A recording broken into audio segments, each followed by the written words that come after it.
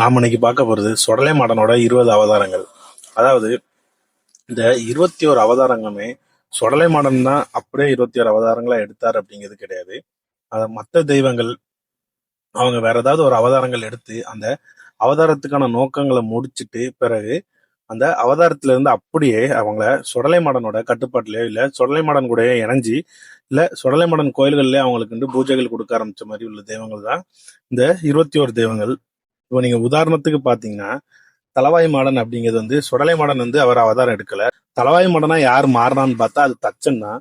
தச்சன் எப்படி தலவாய் மாடனா மாறினார் அப்படின்னு பாத்தீங்கன்னா, தச்சன் ஒரு வேள்வி ஒண்ணு வளர்க்காரு. அந்த வேள்வியில சிவபெருமானுக்கு உரிய மரியாதைகள் எதுவுமே கொடுக்கானல உடனே சிவபெருமான் கோபமாகி தன்னோட வியர்வையால வீரபத்திரனை உருவாக்கி அந்த தச்சனோட வேள்விக்கு அனுப்புறாரு. அங்க போய் அந்த வீரபத்திரர் தச்சனோட தலையை வெட்டி வேள்வியிலே போட்டு எரிச்சிருந்தாரு.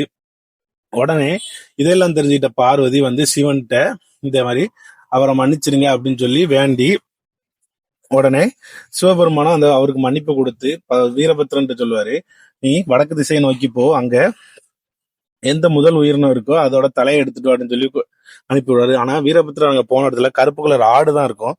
அந்த ஆட்டோட தலையை எடுத்துட்டு நம்ம தச்சனுக்கு வைப்பாரு. அந்த தச்சன் அதுதான் தலவாய் மாடனா மாறினது. அதாவது தலைமாறிய மாடன் அப்படின்னு தான் எல்லாருமே கூப்பிட்டு இருந்தாங்க. அதுதான் காலப்போக்குல மருவி தலவாய் மாடன் அந்த மாதிரி இதுல சுடலை மாடன் எந்த ஒரு அவதாரமும் எடுக்கல. இதே மாதிரிதான் நம்மளே மாதிரி சாதாரண மனிதனா பிறந்து அதுக்கடுத்து சிவனைந்த பெருமாளா மாறி அவரும் திரும்ப சுடலை கூட எப்படி இணைஞ்சார்னு பார்த்தோம்னா, அந்த சிவனைந்த பெருமாளோட உண்மையான பேர் நாதன். அவர் நம்மளே மாதிரி மனிதனா பிறந்து சிவன் மீது அதிக பற்று கொண்டவர். அதாவது சிவன் மீது பயங்கரமா பற்று கொண்டு சிவனை தினம் சிவனுக்காண்டி வில்வேலைகள் எல்லாம் பறிச்சு கொண்டு போய் தினமும் சிவனை வணங்கிட்டு வந்துட்டு இருந்தாரு. ஆனா இதுல என்ன ஒரு இதுன்னா 1008 நாள் சிவனை தொடர்ந்து வழிபட்டு வந்தோம்னா இந்திர பதவி கிடைக்கும். ஆனா நம்ம நாதன் அப்படிங்கிறவரு 999 நாள் முடிச்சிட்டாரு. இன்னும் 9 நாள் பண்ணி முடிச்சிட்டாருன்னா அவருக்கு இந்திர பதவி கிடைச்சிரும். இதை தெரிஞ்சுக்கிட்ட நாரதர் உடனே போய் இந்திரன்ட்ட போய் சொல்லிடுறாரு, இந்த மாதிரி உன் பதவி பறிப்போக போகுது, புதுசா ஒரு ஆள் வரப்போறாரு அப்படின்னு சொல்லிடுறாரு. உடனே இந்திரன் சில சூழ்ச்சிகள் பண்ணி நாதனை அந்த மீதமுள்ள நாட்கள் சரியான முறையில சிவனை வழிபட விடல. இதனால கோபம் அடைஞ்ச சிவன் தன்னோட நெற்றிக்கண்ணை திறந்து நாதனை எரிச்சு சாம்பலாக்கிட்டாரு.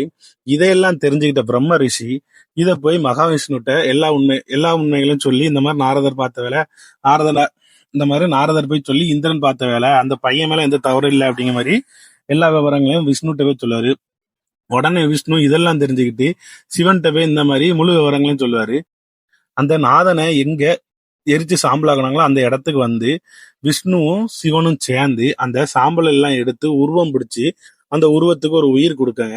சிவனும் பெருமாளும் இணைந்து உருவாக்கியனாலதான் சிவனைந்த பெருமாள் அப்படின்ட்டு ஒரு தெய்வம் உருவாகி அந்த தெய்வத்தையும் நீ சுடலைமடன் கூடவே இணைஞ்சுக்க அப்படிங்கிற மாதிரிதான் சிவன் வரம் கொடுத்து அனுப்பினதாகவும் சொல்லப்படுது. இதே மாதிரி வேற ஒரு தெய்வங்கள் எடுத்த அவதாரங்களும் சுடலை மாடன் கூட போய் இணைஞ்சிருக்கு. நம்மளே மாதிரி மனிதரா பிறந்து அவரும் இறந்து அவர் திரும்ப தெய்வ பிறவி எடுத்து திரும்ப அவரும் சுடலை மாடன் கூட பிறந்திருக்காரு. அது போக ஏற்கனவே நம்ம வணங்கிட்டு இருந்த நம்ம வேற ஒரு தெய்வமா வணங்கிட்டு இருப்போம். திரும்ப அவருக்கு வேற ஒரு வேலைக்காண்டி அவரை சுடலை மாடன் வடிவத்திலே உருவாக்கியிருப்பாங்க. அதாவது இப்போ நம்ம செங்கடாக்காரன் மண்காத்த பெருமாள் தான் அப்படின்னு கூப்பிடுவாங்க. அவர் அப்படி வணங்கிட்டு இருந்தாலும் இந்த கைலாசத்துல சிவனோட திருமணத்துக்காண்டி சிவன் பூலோகம் வறண்டிய இருந்த காரணத்தினால கைலாச பாதுகாப்புக்காக ஒரு வீரன் தேவை அப்படின்னு சொல்லிதான் ஒரு வேள்வி வளர்த்து அதுல இருந்து மண்காத்த பெருமாளை செங்கிடாக்காரனா அவதாரம் எடுத்திருப்பாங்க. பிறகு அவரையும் சுடலை மாடன் கூடவே இணைஞ்சிக்க அப்படிங்கிற மாதிரி சொல்லி சிவன் வரம் கொடுத்து அனுப்பினதா சொல்லுவாங்க.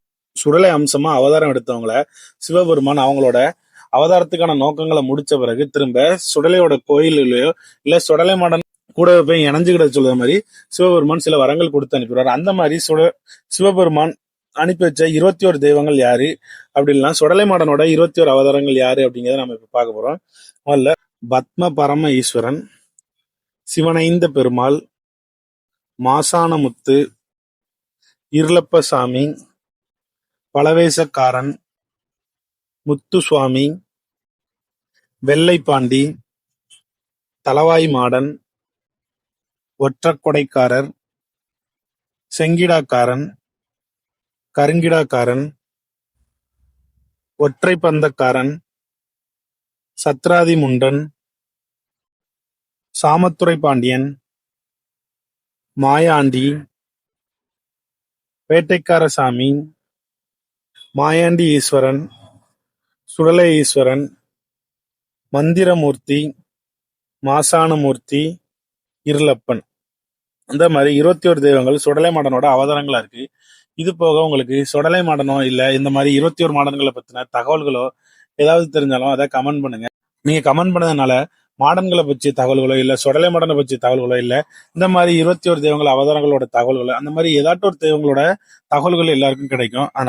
அதனால உங்களுக்கு தெரிஞ்ச விஷயங்களை கமெண்ட் பண்ணுங்க.